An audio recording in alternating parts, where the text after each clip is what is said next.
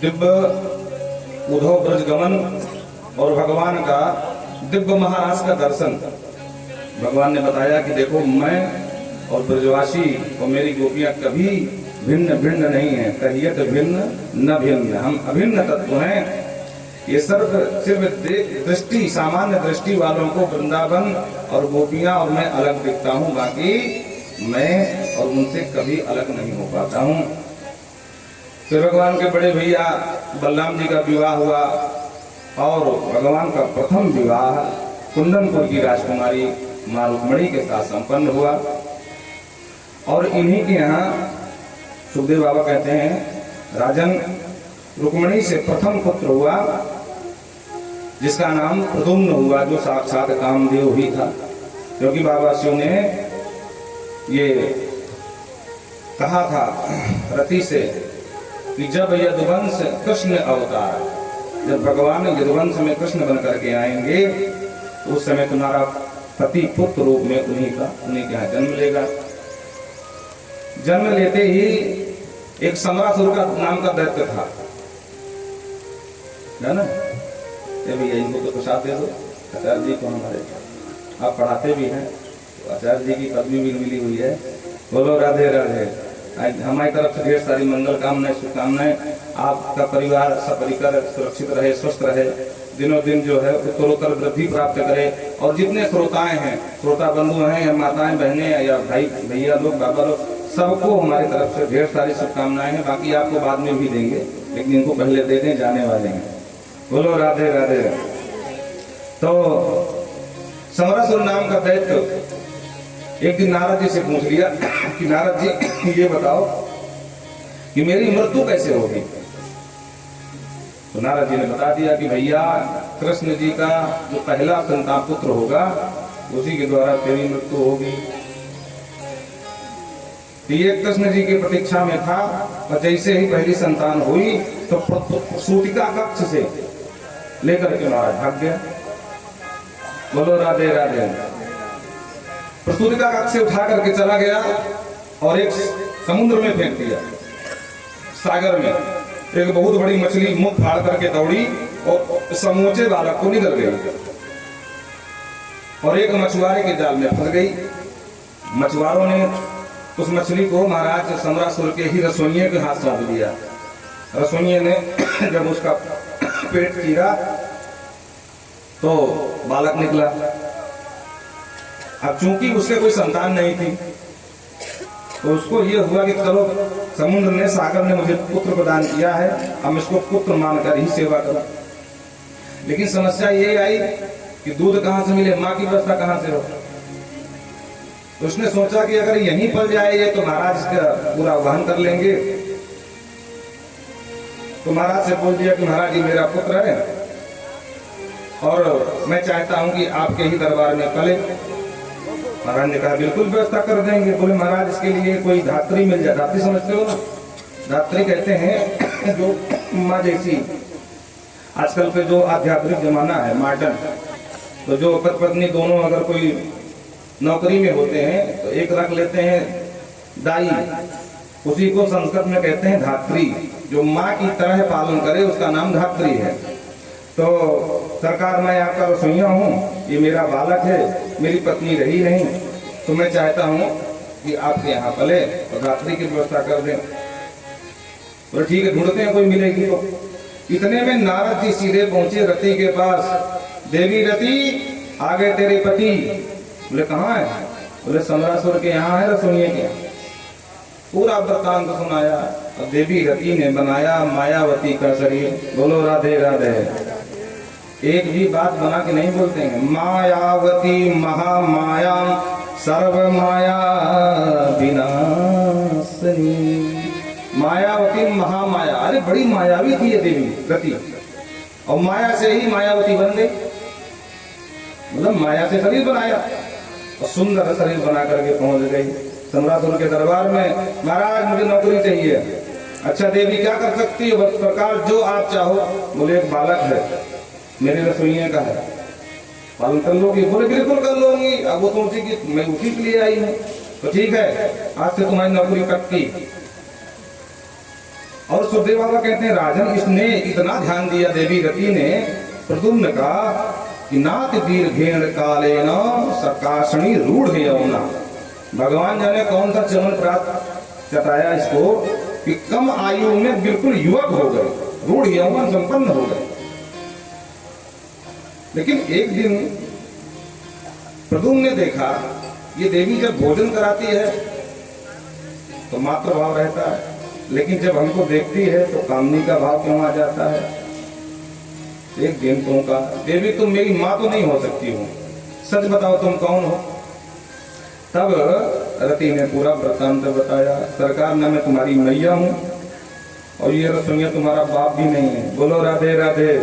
अरे क्या बोले, बोले मैं सही सच कह रही हैं सरकार, याद करो हम तुम्हारी पत्नी रति है।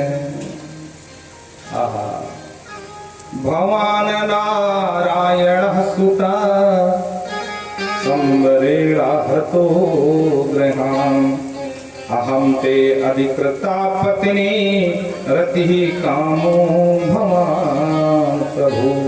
भगवान नारायण सुता, सरकार आप द्वारकाधीश साक्षात नारायण के जो अवतार हैं उनके सुत हो।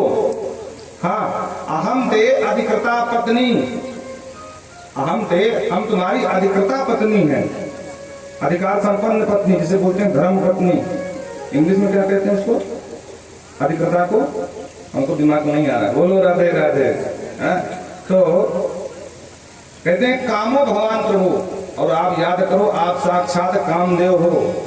आपको बाबा शिव ने जला दिया था, तब दिमाग में जोर डाला, बोले वाह देवी बहुत दिन बाद मुलाकात हुई, तुमने बिल्कुल ठीक याद कराया। तो मैं यहाँ कैसे आया, बोले सम्रासुर है तो ये सम्रासुर आपको आपके मैया के सूतिका से उठा करके सागर में फेंक दिया था, वो तो कहो कि आप बच गए। क्रोध में भर गए महाराज प्रद्युम्न और अपने देवी रति के साथ आगे पहुंचे और ललकारा, सम्रासुर सावधान, मैं द्वारकाधीश का प्रथम लाल तुम्हें युद्ध के ललकार रहा हूं। और जो सम्रासुर ने देखा कि मेरा शत्रु इतना उपक्रम किया इसको मारने के लिए जिंदा है और मेरे ही नाक के नीचे मेरे ही घर में पल रहा था, तो दंग रह गया। पूरी शक्ति के साथ युद्ध किया, युद्ध में सैन्य शक्ति के साथ सम्रासुर की सेना और सम्रासुर का संहार कर दिया और देवी रति को लेकर के महाराज द्वारिका के लिए पधारे।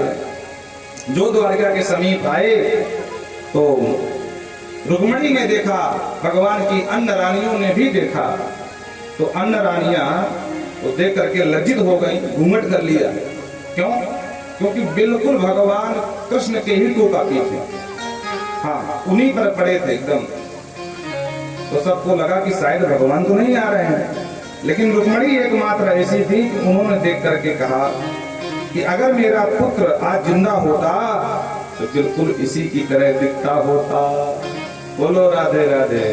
रुक्मिणी के अंदर मातृत्व भाव जागृत हुआ। अन्य रानियों ने सम्मान की दृष्टि से भगवान मान करके, लेकिन जब समीप आए तो सब समझ रहे कि भगवान नहीं है भाई, उन्हीं के जैसा कोई है, दूसरा पुरुष है।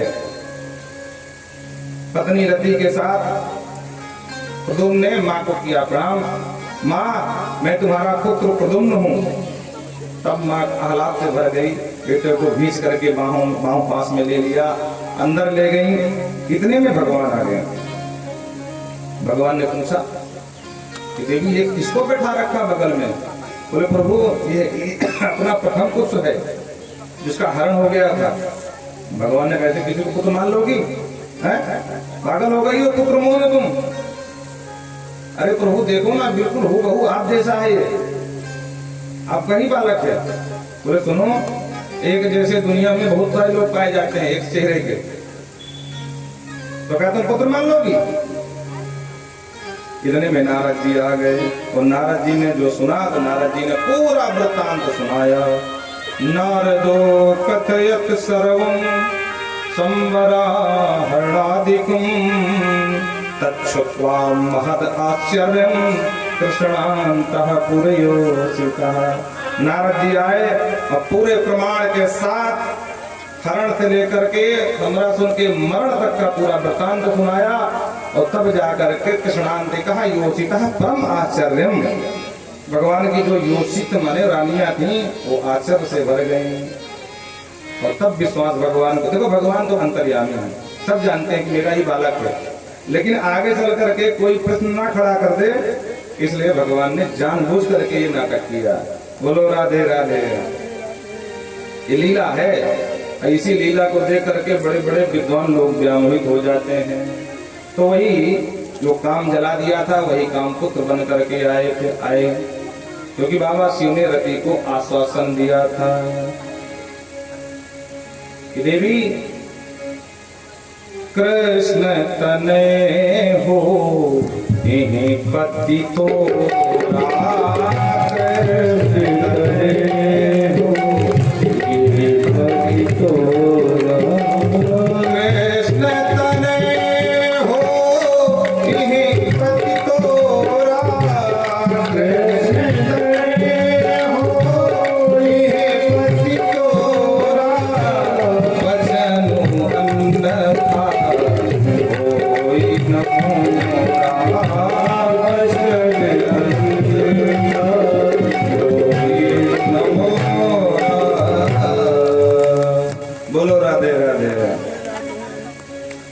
इस समय आप इतना ध्यान से सुन रहे हो।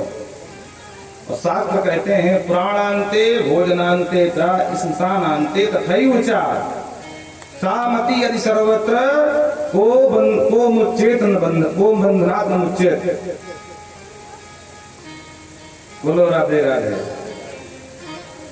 जैसे पुराण की कथा सुनते समय हमारी मति रहती है बिल्कुल शुद्ध बुद्ध, काम क्रोध मद लोभ सब भाग जाते हैं।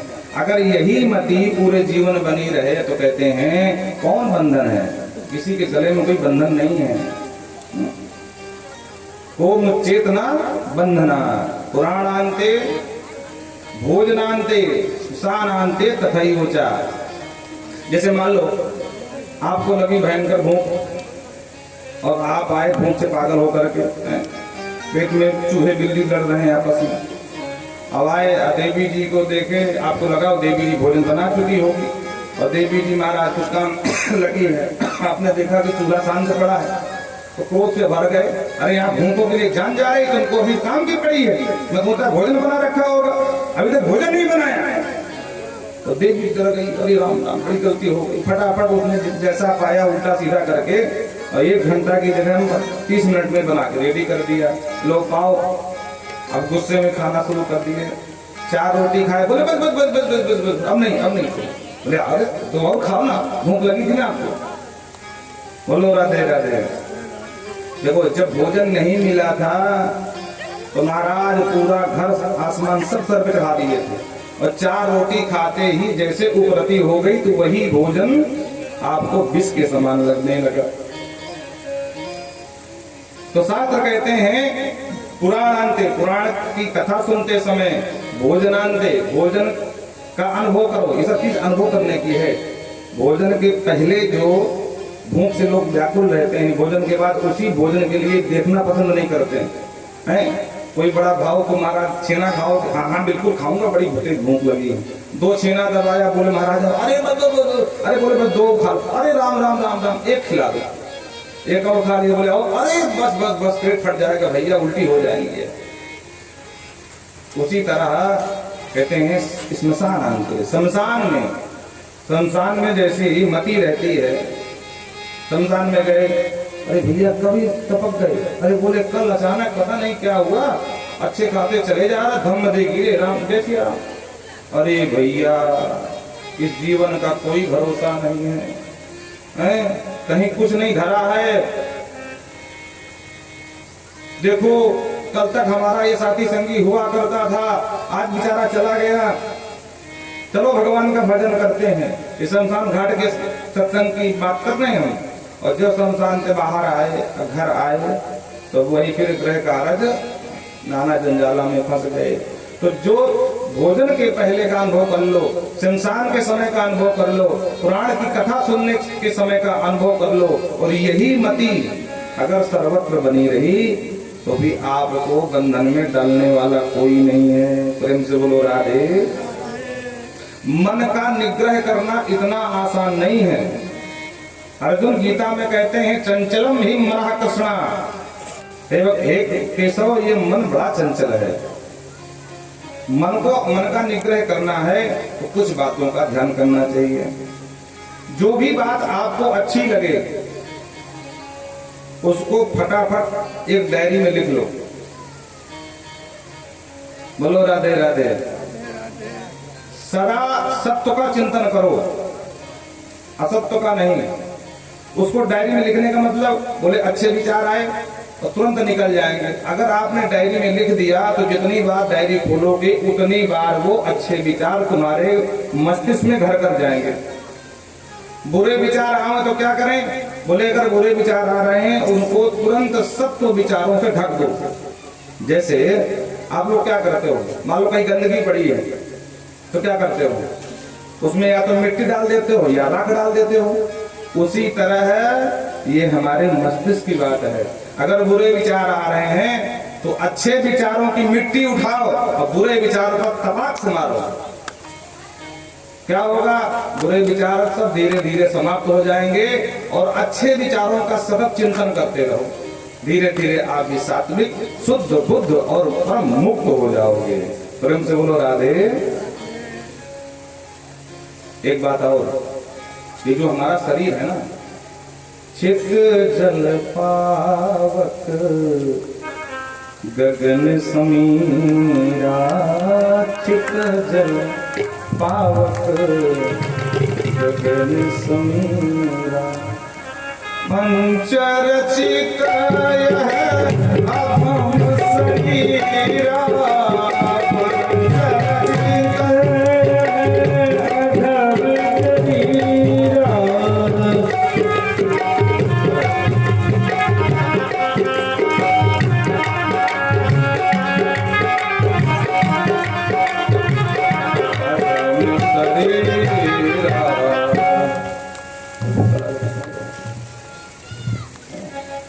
तो कहने का मतलब ये है कि ये 5 तत्वों से ये बना हुआ हमारा ये शरीर है। चित्त, जल, पावक, गगन और समीर, ये 5 तत्व अपना अपना अंशदान किए हैं, तब जाकर के हमको ये शरीर मिला है। और सुनो, पूरे जीवन हमें इन तत्वों की आवश्यकता पड़ती है। हम इन्हीं 5 तत्वों का बराबर सतत सेवन करते रहते हैं। और जिस दिन कोई एक भी तत्व गड़बड़ा जाता है ना, उस दिन क्या हुआ? बोले हम बीमार पड़ गए। बड़े ध्यान से सुनना, ये बहुत निचोड़ की बात है। हम बीमार पड़ गए, बोले क्या हुआ? बोले पानी की कमी हो गई, कॉलरा हो गया महाराज, पानी ज्यादा निकल गया तो पानी की बाटल चढ़ानी पड़ रही है। बोलो राधे राधे। लीवर डैमेज हुआ, बोले क्या हुआ? बोले जठराग्नि बंद हो गई। क्यों? क्योंकि अग्नि की कमी हो गई शरीर में ना। तो आप कहोगे भाई मान लिया पानी हम पीते हैं, पानी का सेवन करते हैं, आग कौन खाता है महाराज? 5 तत्व है तो 5 तत्व कैसे? आग कोई खाता नहीं है। कोई आग खाता है क्या? कोई नहीं खाता है। अरे भैया, जो धूप में चलते हो, ये रोम छिद्रों से आग ही तो अंदर जाती है। गर्मा गर्म भोजन करते हो, आग ही तो जाती है। हाँ, प्रक्रिया दूसरी है, आग भी खाते हो। बोलो राधे राधे। और जब आग की कमी हो जाती है ना तो क्या करते हैं? बोले वो ठंडी लग रही, क्या करें? बोले लकड़ी जला लो, तो वहां भी सेकते हो। वो क्या है? वो भी आगे तो ले रहे हो। हमारे शरीर में भी 5 तत्व हैं। जल भी है, अग्नि भी है और पृथ्वी का पूरा अंश तो ही है, क्योंकि ये पृथ्वी मतलब ये मिट्टी है। बोलो राधे राधे। अंदर भी आकाश है। आकाश का मतलब क्या होता है? खाली जगह है। जो ऊपर आकाश दिख रहा है कि कोई चादर तनी है, चादर नहीं है, खाली जगह है, तो आकाश जैसा दिख रहा है। बोलो राधे राधे। उसी तरह पेट में भी आकाश होता है। पेट क्या पूरे शरीर में होता है। इसीलिए ज्यादा भोजन नहीं करना चाहिए, आकाश तत्व को छोड़ देना चाहिए। ज्यादा भोजन कर लोगे तो बदहजमी हो जाए, खट्टी खट्टी डकारें आएंगी। बोलो राधे राधे। थोड़ा जम के बोलो भाई, थोड़ा हमको कम सुनाई देता, वैसे बुढ़े हो गए हैं। हाँ,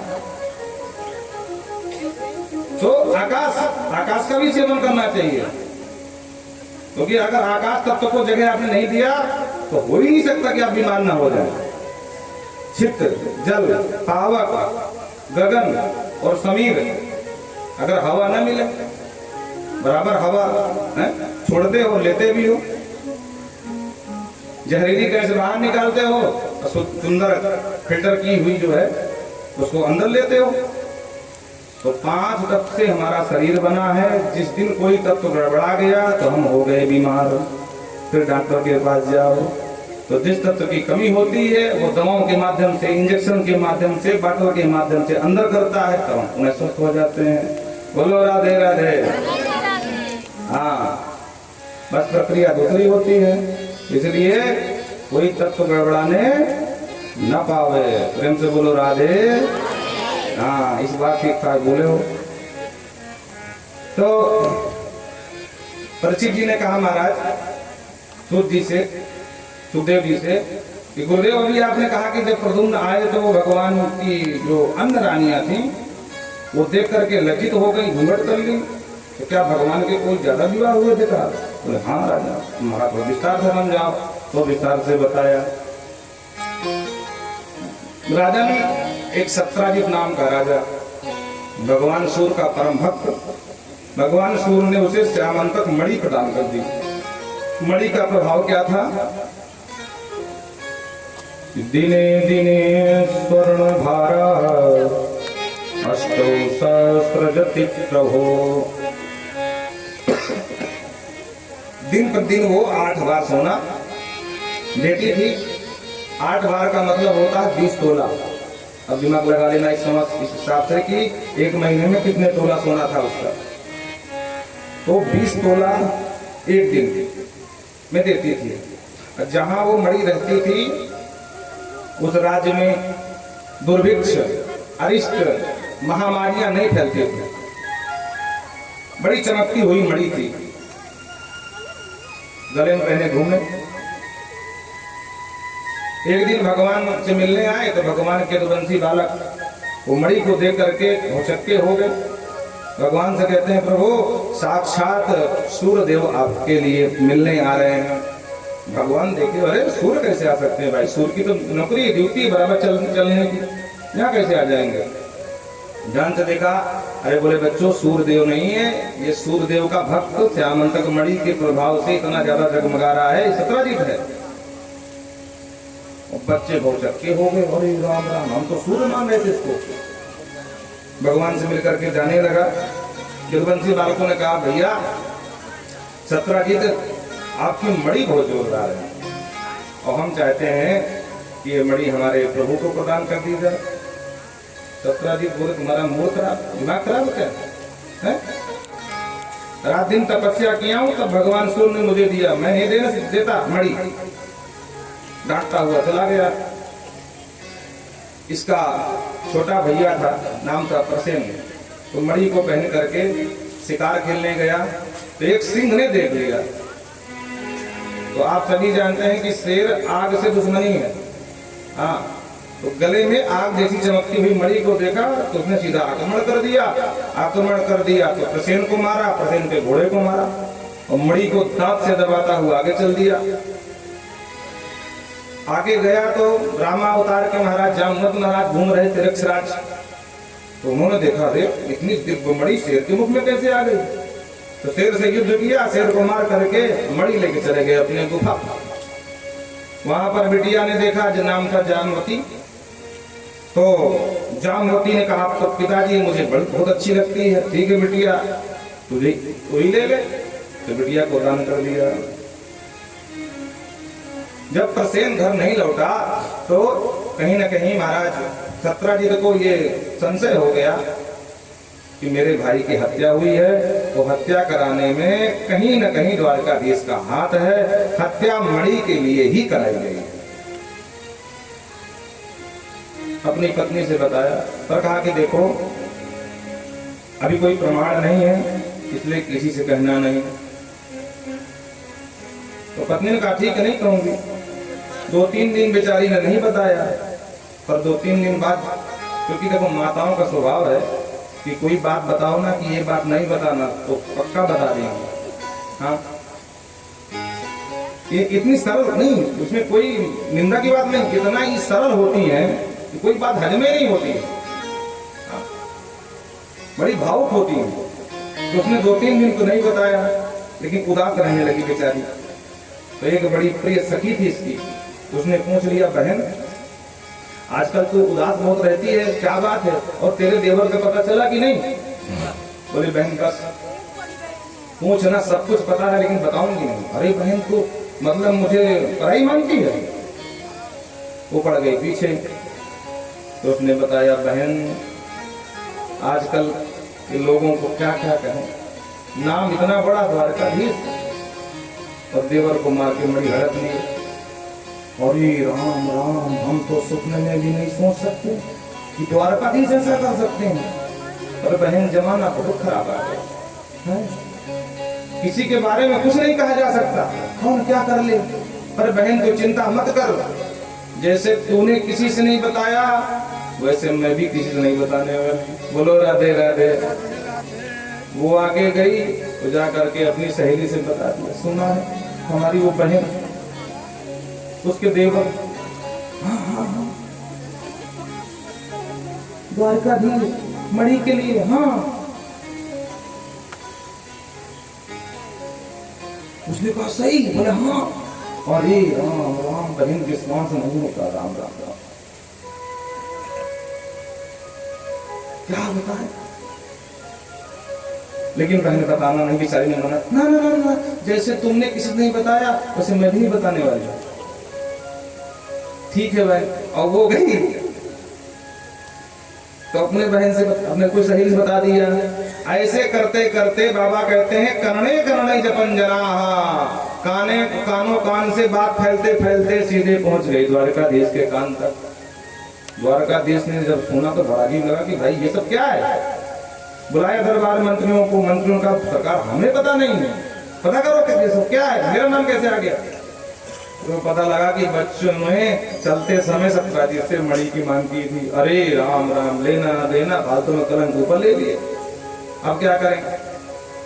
बोले देखो, यश कमाने में बहुत समय लगता है, अब यश में समय नहीं लगता है, बनी बनाई कीर्ति अकीर्ति बदल जाएगी। चलो ढूंढते हैं प्रसेन को।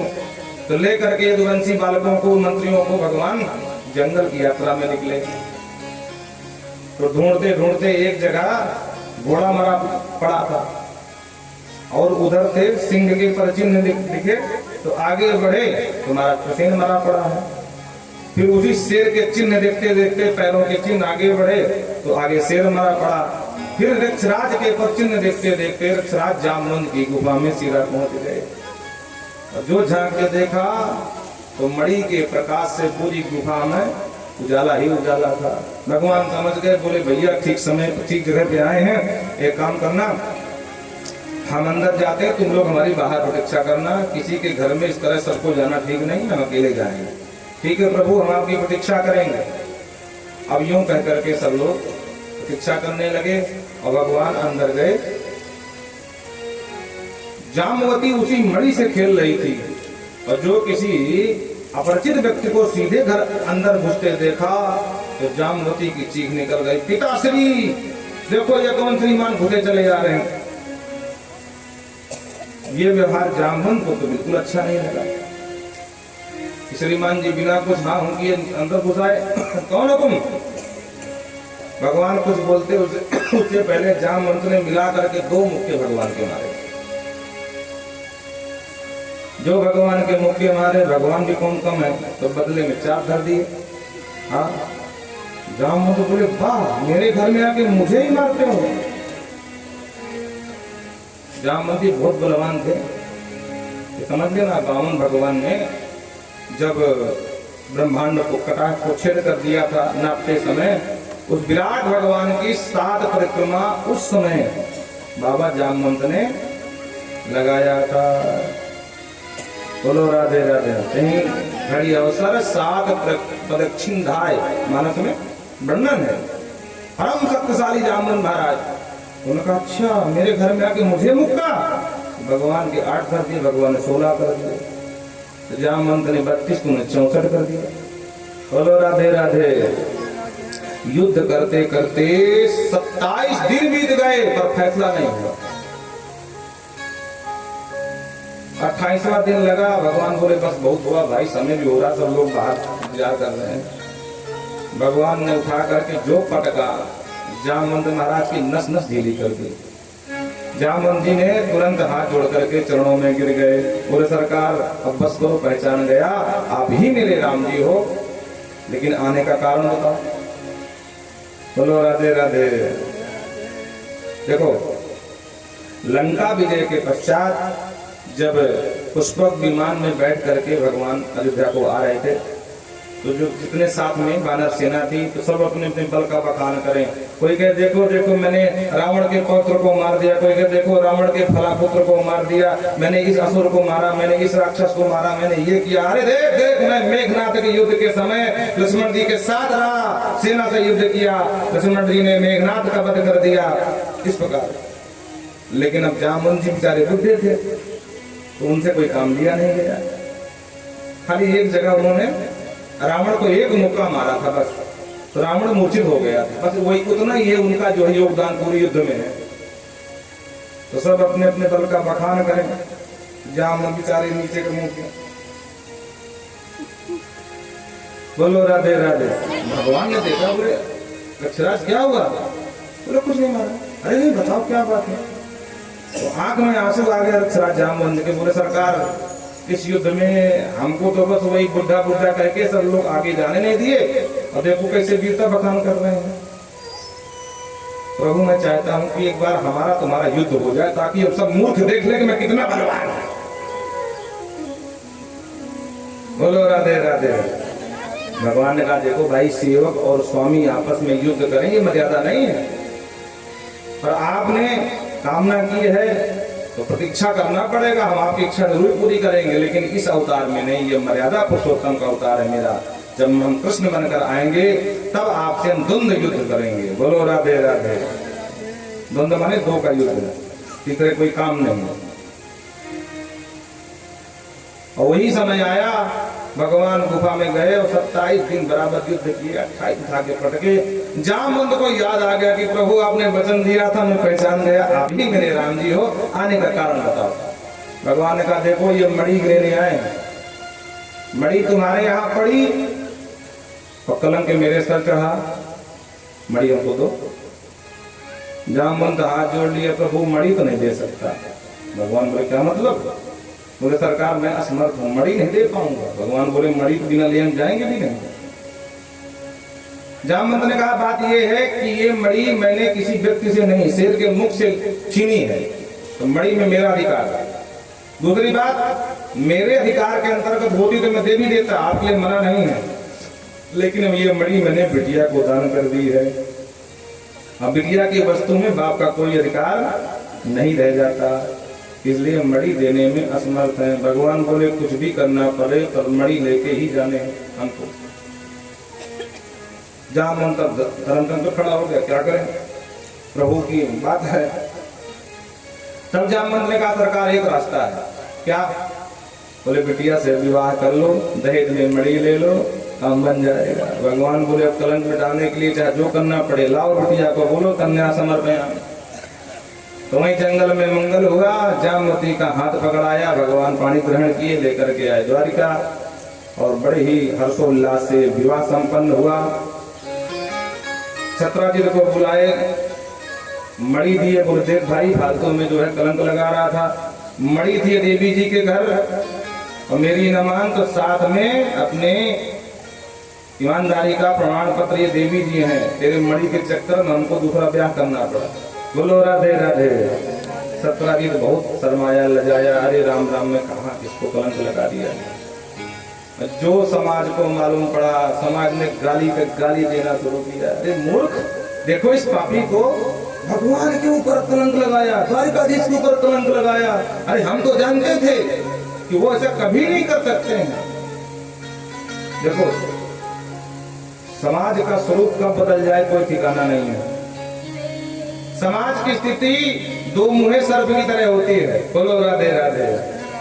अगर आपका समय अनुकूल है तो समाज आपके ही गीत गाएगी, और अगर प्रतिकूल हो गया तो यही समाज आपके विरुद्ध हो जाएगी। कि जिधर हवा देखती है उधर रुक जाती है। जब चुनाव आता नेता कहते हैं हमारी हवा चल रही है, और हवा से विपक्ष की हवा निकाल दी जाती है। बोलो राधे राधे। तो समाज का कोई स्थायित्व का स्वरूप नहीं है, कभी इसके बन गए कभी उसके बन गए, समय बदलते रहते हैं। तो पहले जो समाज भगवान द्वारकाधीश को ही बड़ा भला बुरा कह रही थी, आज सतराजी को गाली देने लगी। स्थिति ये हो गई कि घर से निकलना मुश्किल हो गया महाराज। जहां जाए लोग मुंह में गाली दे। एक दिन परेशान हो गया, छुपके छुपाते रात्र में भगवान के द्वारकाधीश के दरबार में पहुंचा, फरियाद लगाया। दरबार ने अंदर संदेश दिया, सरकार सतराजी आए रात्रि में। बोले हाँ, लाओ भेजो उनको अंदर। तो भगवान के चरणों में गिर गया। सरकार बहुत गाली खा के परेशान हो गया, जहां जाता हूं वही गाली खाता हूं। भगवान ने कहा हम क्या कर सकते हैं, बिना विचारे जो करे सो पासे बसता है। तब ने आपने सोचा नहीं है, पट्ट से हमारे ऊपर कलंक मढ़ दिया, अब समाज गाली दे तो हम क्या कर सकते हैं। सरकार एक उपाय है गाली से बचने के लिए, अगर आप चाहो तो मैं गाली खाने से बच सकता हूं। हाँ हाँ बताओ क्या करना होगा। बोले सरकार मेरी बिटिया है सत्यभामा, उससे आप विवाह कर लो, मैं आपका ससुर, आप मेरे दामाद। देखो किसकी हिम्मत गाली देने की। बोलो राधे राधे। आपने देखा होगा कि जो नेता दूसरे नेता को गाली देता है, क्योंकि दूसरे दल में होता है, रात दिन गई आते हैं, और वही नेता घूमते घुमाते चुनाव के समय अगर उसी पार्टी में आ जाए तो फिर कोई गाली देने वाला नहीं बचता है। बोलो राधे राधे। क्यों? क्योंकि अब एक दल के हो गए भाई। सतराजीत ने कहा सरकार एक दल का बना लो, आप बन जाओ दामाद, मैं बन जाऊं ससुर जी, तो मेरी जिंदगी चकाचक हो जाए, कि कोई गाली नहीं देगा। भगवान ने कहा अच्छा तुम्हारा कष्ट कम हो रहा तो लाओ बिटिया को समझ जाए। बोलो। इस तरह सुखदेव बाबा कहते हैं राजन भगवान का विवाह हो गया तीसरा सत्यभामा जी के साथ। एक बार भगवान इंद्रप्रस्थ में भ्रमण कर रहे थे जमुना जी किनारे। देखो प्राचीन नाम इंद्रप्रस्थ है, वर्तमान नाम दिल्ली है, ध्यान से सुनना। इसी दिल्ली का नाम है इंद्रप्रस्थ। आज भी दिल्ली में पांडवों का किला बना हुआ है, जो लोग दिल्ली घूमे होंगे उनको पता होगा। तो भगवान प्रायः द्वारिका से इंद्रप्रस्थ आया करते थे मिलने के लिए। तो जमुना किनारे घूम रहे थे तो भगवान ने देखा कि एक देवी बैठी तपस्या कर रही है। अर्जुन से कहा जरा पता करो देवी जी क्या चाहते हैं, तो तपस्या क्यों कर रही हैं। अर्जुन उतर करके पहुंचे, बोले देवी जी से पूछा का तुम देवी तुम क्या चाहती हो। तब उस देवी ने परिचय दिया,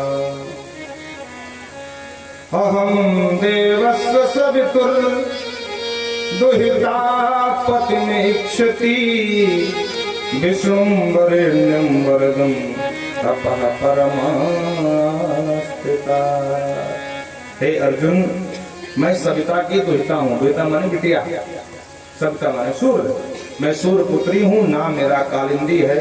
पति में इच्छति, पति की इच्छा से तप कर रही हूँ। और पति कौन सा पति चाहिए। बोले विष्णु वरेण्यम, भगवान विष्णु ही मेरे लिए पति बने। अर्जुन मुस्कुराए, भगवान के पास आए, भगवान से बोले सरकार आजकल आपकी बृहस्पति बहुत जोरदार चल रही है। आप जानते हैं कि बृहस्पति जब जोरदार चलती है लड़के की तो शादी के योग बन जाते हैं। हाँ, जब भी गोचर में बृहस्पति 5वें, दूसरे 7वें, 9वें और 11वें भाव में गोचर में भ्रमण करता है, जो ब्राह्मण लोग होंगे जानते हो क्या बोल रहे हैं, ये ज्योतिष की भाषा है, तब जाकर के लड़के के शादी के योग बनते हैं। ठीक उसी तरह है बिटिया का शुक्र गोचर में शुभ स्थान में आ जाए तो बिटिया के विवाह के योग बन जाते हैं। अर्जुन आए, बोले सरकार आजकल आपकी बृहस्पति बहुत जोरदार चल रही है, ये देवी जी आपके लिए ही तप कर रही हैं। बोलो राधे राधे। एक देवी जी सो रही हैं, वृंदावन बिहारी लाल की।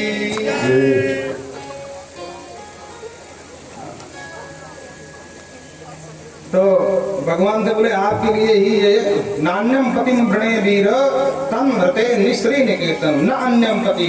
श्री निकेतन भगवान लक्ष्मी, भगवान नारायण मेरे पति बने इसलिए तब कर रही हूँ।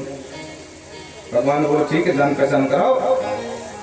तो अर्जुन लिवा करके जान पहचान कराए और वहीं हाथ पकड़ करके रथ में बिठा ले और लेकर के द्वारिका आए। और इस तरह भगवान ने कालिंदी से विवाह संपन्न किया।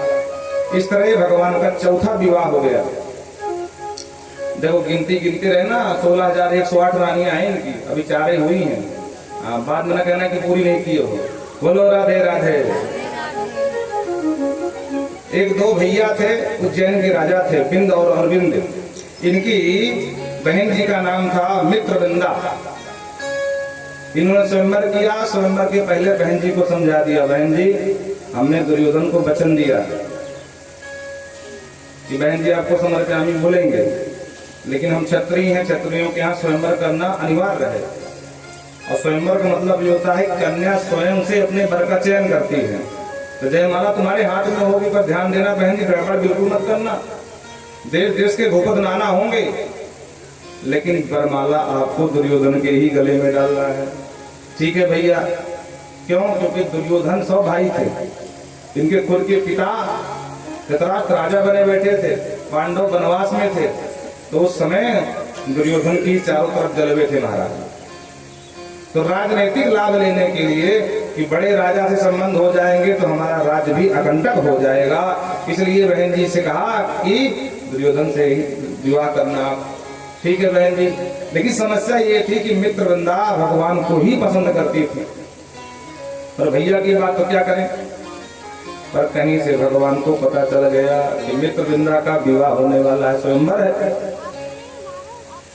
जबकि भगवान का बुलावा नहीं था उस स्वयंवर में, फिर भी भगवान।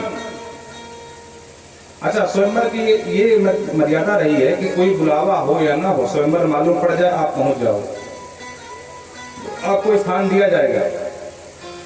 तो भगवान को पता लग गया कहीं से कि मित्रवृंदा का स्वयंवर है, तो भगवान पहुंच गए। मित्रवृंदा लेकर के जयमाल जैसे ही बाहर निकली राजकुमारों की पंक्ति में, तो सबसे पहले द्वारकाधीश को देख लिया। और जो द्वारकाधीश की आभा प्रभा शोभा को निहारा तो भैया जी से सबरे किए वादे भूल गई और दुर्योधन की जगह द्वारकाधीश के गले में जयमाल डाल दिया। और जो भाइयों ने देखा बोले अरे राम राम, बहन जी ने सब गड़बड़ कर दिया, अब क्या करेंगे, मारो इस द्वारकाधीश को।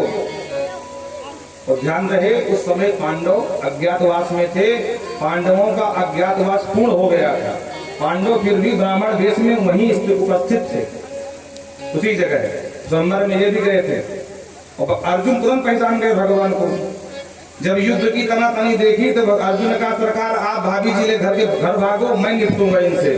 फिर अर्जुन ने कर्ण को, दुर्योधन को, जितने योद्धा थे महाराज सबको परास्त कर दिया, क्योंकि अज्ञातवास पूरा हो चुका था। और भगवान लेकर के मित्रवृंदा को आए और विवाह संपन्न कराए। इस तरह भगवान का ये 5वां विवाह हुआ। एक थे महाराज कौशल नरेश, इनका नाम था नग्नजित, और इनकी पुत्री का नाम तो सत्या देवी था, पर पिता के नाम से इनको नागनजिती कहते थे। इनके यहाँ 7 मतलब साण थे महाराज।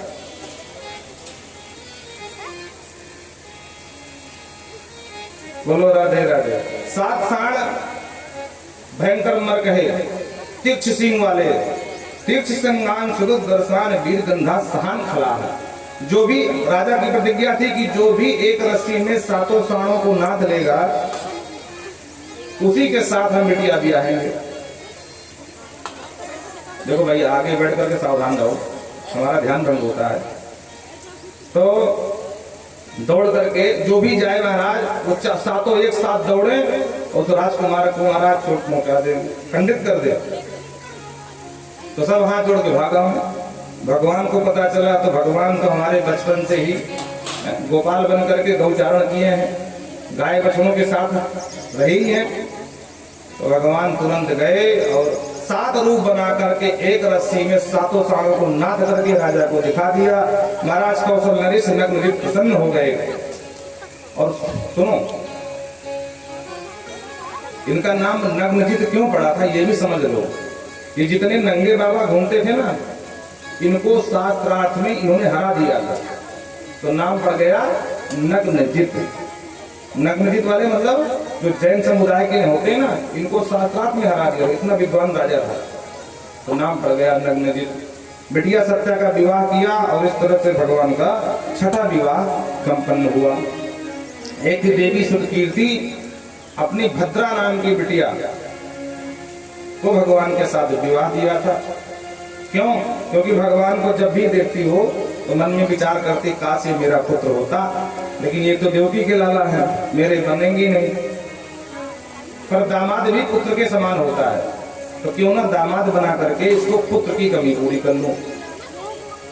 तो महाराज इस तरह से अपनी भद्रा का विवाह सुरकीर्ति ने भगवान के साथ किया और 7वां विवाह हो गया। एक बार भगवान चक्र में घूमती हुई मछली को प्रतिबिंब देख करके भेदन किए थे, तो लक्ष्मणा नाम की राजकुमारी से विवाह किए। इस तरह से 8 विवाह तो राजन अलग अलग हुए और 16,100 विवाह एक ही मंडप में, एक ही दिन, एक ही मुहूर्त में हो गए। महाराज ये सब कैसे संभव हुआ, तो विस्तार से समझाया। इंद्रेण हत छत्रेण हत कुंडल बंधुना तत्मरादृष्टिनानेन व्यापितो भौमचेष्टितः। एक भौमासुर नाम का दैत्य था, इसका एक नाम नरकासुर भी था। बोलो राधे राधे। क्योंकि ये इतना उत्पात मचाया था पूरे क्षेत्र में कि राखा न को स्वतंत्र, तो पीठ पीछे लोग इसको नरकी नरकी कहते थे। नरकासुर नरकासुर हो गया था कि नरक में जाएगा महाराज मरने के बाद। वैसे नाम तो भौमासुर था, लेकिन नरकासुर भी था। तो ये जिस राजा के यहाँ आक्रमण करे तो महाराज उस राजा को परास्त करके वहां की जितनी राजकुमारियां हैं उनका हरण करके और अपने घर ले आवे और बंदी बना ले। इस तरह करते करते 16,100 राजकुमारियों को बंदी बना रखा था। नारद जी को पता चला तो नारद जी पहुंच गए द्वारिकाधीश के पास और बोले आपके रहते हुए इसी आपके ही देश में इस प्रकार का अत्याचार किया जा रहा है अबलाओं के ऊपर। तब भगवान सभार्यो करुणारूढ़ है प्राग ज्योतिषम पुरम ययु। ये प्राग ज्योतिषपुर का रहने वाला था। समुद्र के बीच में एक टापू था, वहीं इसकी नगरी थी। मात्र एक दरवाजा अंदर घुसने के लिए और उस दरवाजे पर एक मुर नाम का राक्षस दैत्य बराबर पहरा कर देता था। भगवान सीधे पहुंचे प्राग ज्योतिषपुर। जो मुर ने देखा तो भगवान पर आक्रमण किया। भयंकर युद्ध हुआ। मुर के 5 मुख थे, ध्यान से सुनना, 5 मुख वाला था मुर। कोई भी हमला नहीं कर सकता था इसकी नगरी में, क्योंकि सेनापति था वहां का। चारों दिशाओं में एक एक मुख और एक मुख ऊपर लगा था सीसीटीवी कैमरा, कोई भी ऊपर से बमबारी न कर दे। इतना खतरनाक पहरेदार थे। जो भगवान को देखा सीधा भगवान से युद्ध किया। भगवान ने इससे युद्ध किया और अंत में सुदर्शन के द्वारा इसका शिरोच्छेदन करके सिराज चक्र जहार लीलाया 5 मार करके भगवान ने जो 5 जन्य शंख बजाया तो इसके 7 पुत्र और थे जो भगवान को मारने आए। भगवान ने 7 को मार दिया। तब जाकर के जब भौमासुर ने देखा कि मेरी सेना को मार दिया तो भौमासुर आया, भगवान के साथ बराबर युद्ध किया और भगवान ने इन सब कन्याओं को महाराज यहाँ से बंदी गृह से मुक्त कराया। भगवान ने कहा देखो देवियों, अभी तक तुम लोग थी बंदी और आज से तुम मुक्त हो गई हो, जाओ अपने अपने घर। कन्याओं ने कहा अब कौन सा घर, कहाँ जाए, क्यों, क्या हुआ? बोले देखो प्रभु, पहली बात तो दुनिया का कोई भी पिता इस तरह कन्याओं को अपनाता नहीं है। और मान लो हमारे माता पिता अपना भी ले, तो दुनिया का कोई भी पति, कोई भी कुमार हमारा वर्ण नहीं करेगा, क्योंकि इसकी यहाँ बंदी नहीं है। और बंदी रहने से हम दोषयुक्त हैं, इसलिए हमको लगता है कि इसी समुद्र में अपने आप को समर्पित कर दे, यही हमारा घर है, सब कुछ यही है। भगवान ने कहा देवियों बिल्कुल मत घबराओ, जिसके लिए दुनिया के सभी रास्ते बंद हो जाते हैं, उसके लिए मुझ द्वारिकाधीश के दरवाजे हमेशा खुले रहते हैं। अगर आज आप सबको कोई ऐतराज न हो तो आप मेरे घर चलो। तो सबने भगवान की शोभा को देखा था, तो पहले से बावरी थी, तो बिल्कुल तुरंत स्वीकृति प्रदान कर दी कि हाँ हम तुम्हारी रानी बनना चाहते हैं। भगवान 16,100 कन्याओं को बिठा करके राजन द्वारिका आए और 16,100 मंडप बनवा करके 16,101 रूप बनवाए, 16,100 पंडित जी बुलवाए, और जिस तरह विवाह संपन्न हुआ इस तरह करके 16,100 ये और 8 पहले की 16,108 इतनी रानियां हुई। प्रत्येक रानी से 10-10 बेटा, एक बिटिया हुआ। तो फटाफट गणित लगाओ, 16,108 गुणित 10 तो कितने लड़का हो गए? 1,61,080। इतने तो कई लड़का थे। फिर 16,108 की बिटिया हो गई, फिर उन लड़कों के विवाह होने लगे, फिर नाती पोता सबे हो गए महाराज। ऐसे करते करते 56 करोड़ की जनसंख्या यदुवंश परिवार की ही हो गई। इसीलिए हमारे यहाँ 56 प्रकार के भोजन का विधान है। 56 करोड़ की जनसंख्या थी इनकी। बोलो राधे राधे। इस तरह भगवान घाट से रहते हैं। एक दिन गए तो देव माता अदिति की कुंडल हरण कर लाया था। गत्वा सुरेंद्र भवनम दत्वादित्य च कुंडलैः। इंद्र के भवन को गए और वहां कुंडल प्रदान कर दिए। इंद्र का छत्र चुरा मतलब लड़ करके ले आया था, इतना बलशाली था ये नरकासुर। इंद्र का छत्र वापस किए कि भाई इंद्र बिना छत्र के राजा शोभा नहीं देता है, ये लो अपना छत्र। इंद्र बहुत ज्यादा भगवान का आभार व्यक्त किए। सरकार आप ही दुष्टों का निग्रह करने के लिए समय समय पर अवतार लेते हो, आप न होते तो बिना छत्र का मैं राजा था, आपने मेरा छत्र दिया है। वाह, सारी चर्चा आधे कर लो। हाँ, कसम न रह जाए, सब कर लो। बोलो राधे राधे। थोड़ी देर हम ही सुन ले। वृंदावन बिहारी लाल। भगवान ने कहा ठीक है भाई, देखो हम तुम्हारा छत्र वापस किया, अब हम चलेंगे। इंद्र का नहीं सरकार, आज की रात आपको रुकना पड़ेगा। अब इतना दूर से आए हो तो कुछ स्वागत का हमें भी अवसर मिले सेवा करने का। तो भगवान ने कहा नहीं भाई, रुकेंगे तो नहीं, पर आपका मन नहीं तो ठीक है, दोपहर की जगह शाम को चले जाएंगे। इंद्र उनको अपना उद्यान दिखाने लगे। वहां खड़ा था पारिजात का वृक्ष, जिसमें कि पुष्प होते हैं, और इसके पुष्पों की एक विशेषता है कि पुष्प जल्दी मुरझाता नहीं है, उसकी सुगंध कभी जाती नहीं है, और जो महिला उस पुष्पों का गजरा पहन करके श्रृंगार करती है वो कभी बुढ़ी नहीं होती है। बोलो राधे राधे। तो इंद्र की पत्नी सची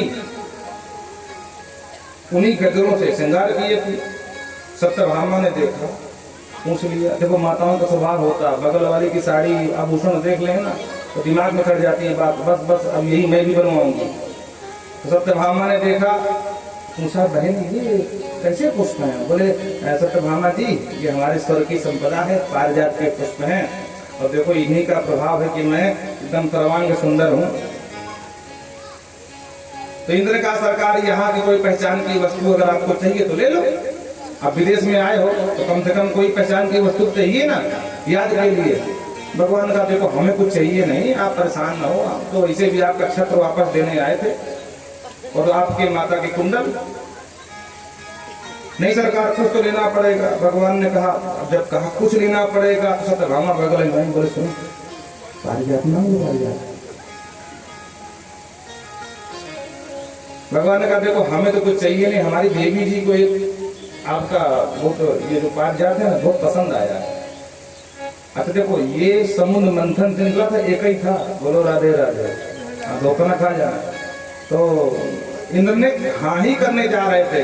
बोले सरकार, बोले देखो सरकार, आपके लिए कुछ भी देना बिल्कुल समझ लो कि आपका ही है, आप ले जाओ।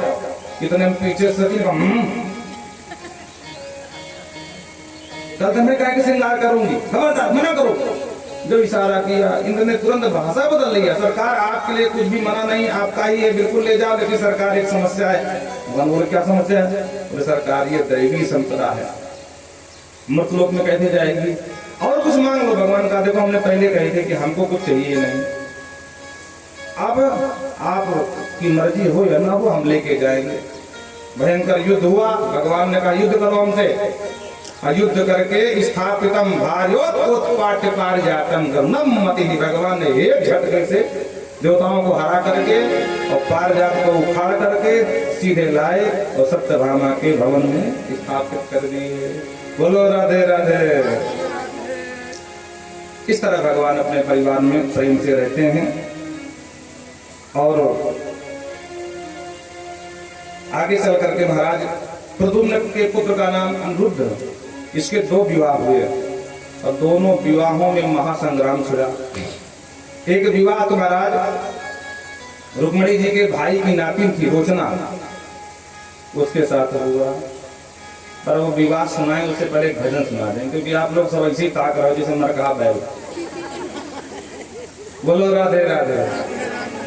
क्योंकि हमको पता है जो ये मात्र शक्ति है ना, ये सब भजन के लिए आती है, आगों से कोई लेना देना नहीं है। बोलो जय सिया राम। थोड़ा बहुत है, यानी कि आप नाराज हो जाओ, वैसे भी हो जाओगे तो क्या फर्क है, आधी भर की कथा है। अरे बिगड़ी मेरी बनाएगा। आइए भाव के साथ मेरे साथ मस्ती के साथ आप भी ताली बजाइए और भजन गाते हैं।